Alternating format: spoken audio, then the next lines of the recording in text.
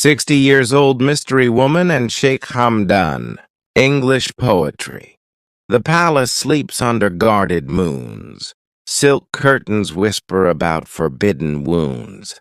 Royal portraits hang like judges of the night. Yet destiny arrives in shadows out of sight. Scandal knocks softly before it roars. Love returns with footsteps on marble floors. Time has a habit of returning what was hidden.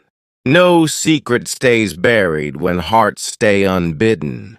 This is the tale the desert winds repeat, of a man crowned by fate, and a woman forgotten by history, until the scandal made them meet again. The crowned prince of hearts.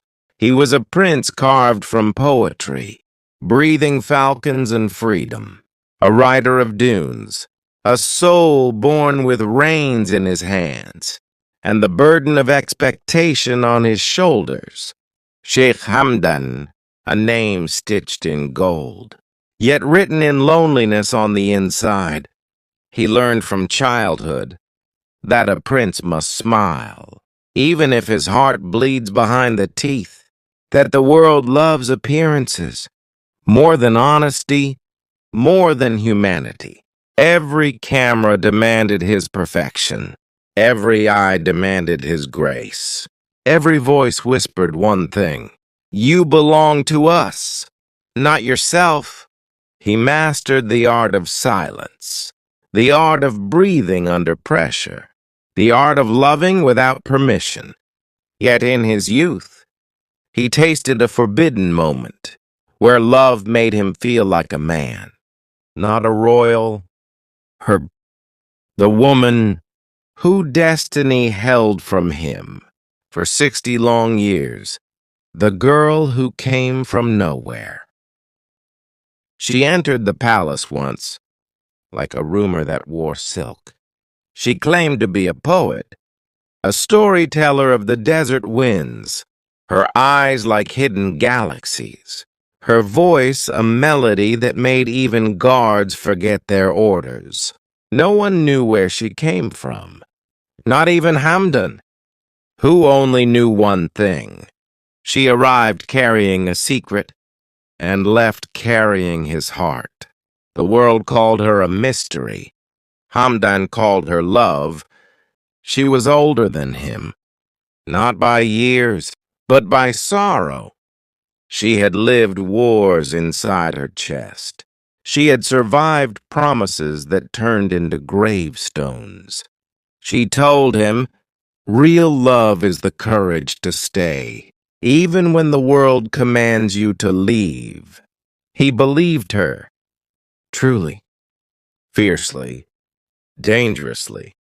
Nights filled with whispers and stolen stars, letters hidden inside falcon wings, promises carved into private glances. Yet love in a palace is a crime, especially when the woman is not crowned, especially when her past is locked. Behind 60 years of silence, the scandal that never died. Royal ears heard more than they should. Jealous tongues spread venom, and power demanded sacrifice. She was escorted away by men who spoke gently, yet threatened with every breath. Her existence was erased. Her story burned, except in one heart. His. Hamdan searched, battled, begged, but princes do not choose. They endure. Cameras flashed. Media screamed. The crown smiled, while the prince drowned quietly. He wrote poems the public loved, but each line hid her name. Each metaphor was her heartbeat. Smuggled, he told the world, I am Fazza, the poet of Dubai. Yet only she knew he was Fazza, the prisoner of love. Decades passed.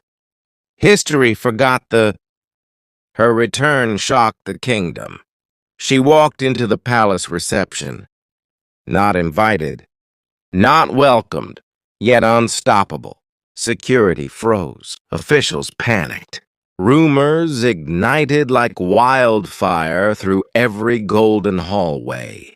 A reporter saw her first, recognized her from a forbidden archive, and ran to write the headline that would shake the entire world. Royal love scandal returns.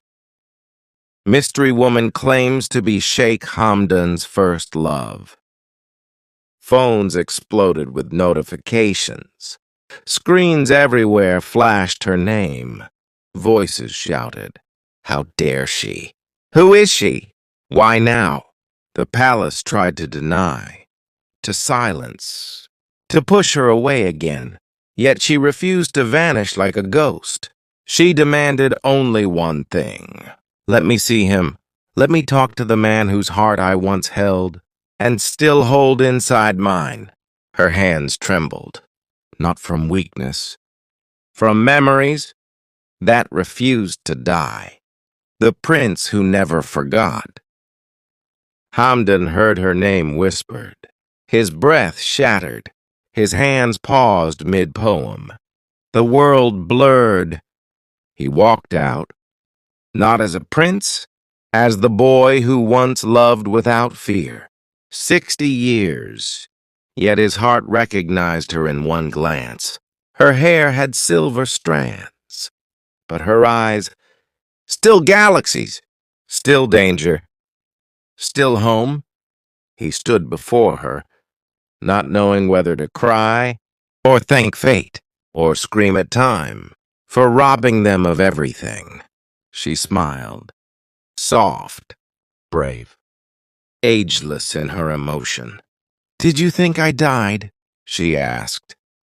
He whispered, "I thought I did when you left." They stood inches apart, yet 60 years between them, eyes locked, breathing trembling, hearts roaring with what they were never allowed to say, the secret she never spoke. He finally asked, "Why? Why did you disappear? Why did you never write? Why did you let me drown alone?" Her tears answered first. She told him the palace threatened her family. Power demanded silence. Love demanded sacrifice. She chose to protect all she cared for, even if it meant dying in his poetry, instead of living by his side. Yet there was more. The secret that returned with her. She had a child, a son, born long ago, hidden far away, a prince by blood, unknown by the world. Hamdan staggered. A lifetime stolen, a legacy hidden, a love mutilated by power. She handed him a ring, his ring, the one he gave her in secret, still shining, still promising, still theirs. Media screamed louder. Royal advisors stormed in. History demanded a verdict. Love on trial. They locked her in a golden room. Questioned, threatened, discredited, accused. They said she was delusional, a liar, a woman hungry for attention. They asked Hamdan to choose the crown or her. The world watched. Screens waited. Dubai held its breath. He stepped forward. No crown on his head, only truth in his voice. "I loved her. I still love her. This is not a scandal. This is my life." Gasps filled the air. Royal blood was never supposed to confess such things. Not live, not public, not with tears. He spoke again, fire replacing fear. "I refuse to be a prisoner of perfection. I refuse to erase my heart for the sake of reputation. I refuse to abandon her twice." Thunder cracked outside. The